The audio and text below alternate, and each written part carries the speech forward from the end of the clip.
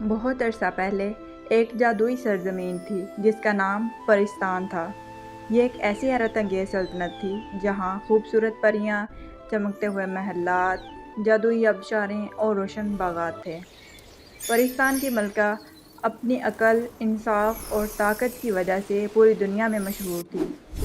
پرستان سے کچھ فاصلے پر ایک You Azeem have grown strong, انسانی my son. سلطنت تھی جہاں 18 سالہ شہزادہ زین اپنے والد بادشاہ کے ساتھ رہتا تھا۔ مگر ایک دن Zane, stay بادشاہ away! اچانک پر اسرار حالات میں لاپتہ ہو گئے Father, اور I am ان کا کوئی coming for سراغ you! نہ ملا۔ اسی دوران ایک غریب مگر نہایت ایماندار نوجوان Rest now, mother. I will الادین take care اپنی of you. بیمار ماں کے علاج کے لیے جدوجہد کر رہا تھا۔ اس نے خواب میں ایک نورانی پری کو دیکھا جس نے کہا، اگر تم جادوئی چراغ تلاش کر لو تو نہ صرف اپنی ماں کو بچا سکو گے بلکہ ایک بڑی برائی کو بھی روک سکو گے۔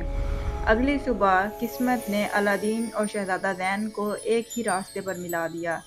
دونوں نے ایک دوسرے کو اپنی کہانی سنائی اور مل کر جادوئی چراغ کی تلاش پر نکلنے کا Safe فیصلہ کیا۔ travels, Prince Zane. کئی دنوں کے سفر کے Likewise, بعد Aladdin. وہ ایک Let us go. پراسرار غار کے سامنے پہنچے۔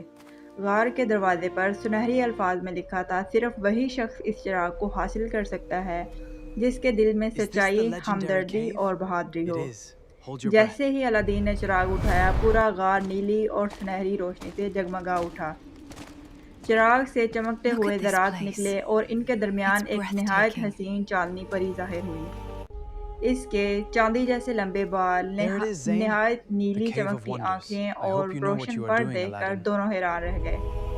پری نے مسکرا کر کہا، میں پرستان کی محافظ ہوں، تم دونوں نے اپنی نیکی ثابت کر دی ہے، اسی لیے میں تمہاری مدد کروں گی۔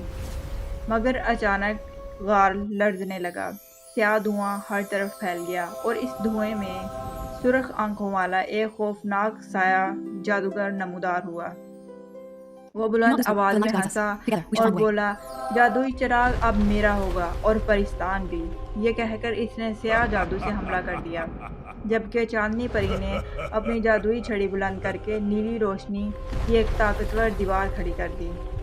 غار کے اندر سیاہ جادوگر کے خوفناک ہنسی گونج رہی تھی، اس کی سرخ انگارہ آنکھوں کی طرح دہک رہی تھی، جبکہ اس کے ہاتھ میں موجود سیاہ عصا جس سے بجلیاں نکل رہی تھیں۔ دوسری طرف چاندنی پری نے اپنی جادوئی چھڑی بلند کی اور اس کے گرد نیلی روشنی کا ایک مضبوط حفاظتی حصار بن گیا۔ چراغ کسی برے انسان کے ہاتھ۔ جادوگر نے زوردار کہہ لگایا، مجھے چراغ نہیں، اس کی طاقت چاہیے۔ آج کے بعد نہ صرف پرستان بچے گا اور نہ انسانوں کی سلطنت۔ یہ کہتے ہی اس نے سیاہ آگ کا ایک خوفناک گولہ الادین، شہزادہ زین اور چاندنی پری کی طرف پھینکا۔ شہزادہ زین نے فوراً اپنی تلوار نکالی اور پوری طاقت سے آگے بڑھا۔